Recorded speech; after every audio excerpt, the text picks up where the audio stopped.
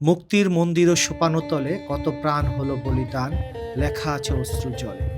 ২০২৪-এর বর্ষা বিপ্লবের সময় যে কয়টি গান আমাদেরকে সবচেয়ে বেশি অনুপ্রাণিত করেছে, তার মধ্যে অন্যতম একটি। মুক্তির মন্দির সোপান তলে কত প্রাণ হলো বলিদান।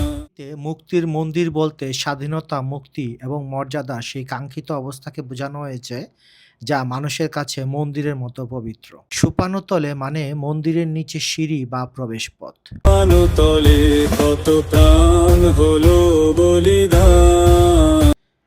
কত প্রাণ হলো বলিদান, অর্থাৎ স্বাধীনতার সেই পবিত্র মন্দিরে পৌঁছাতে অসংখ্য মানুষের আত্মত্যাগের সিঁড়ি বেয়ে উঠতে হয়েছে।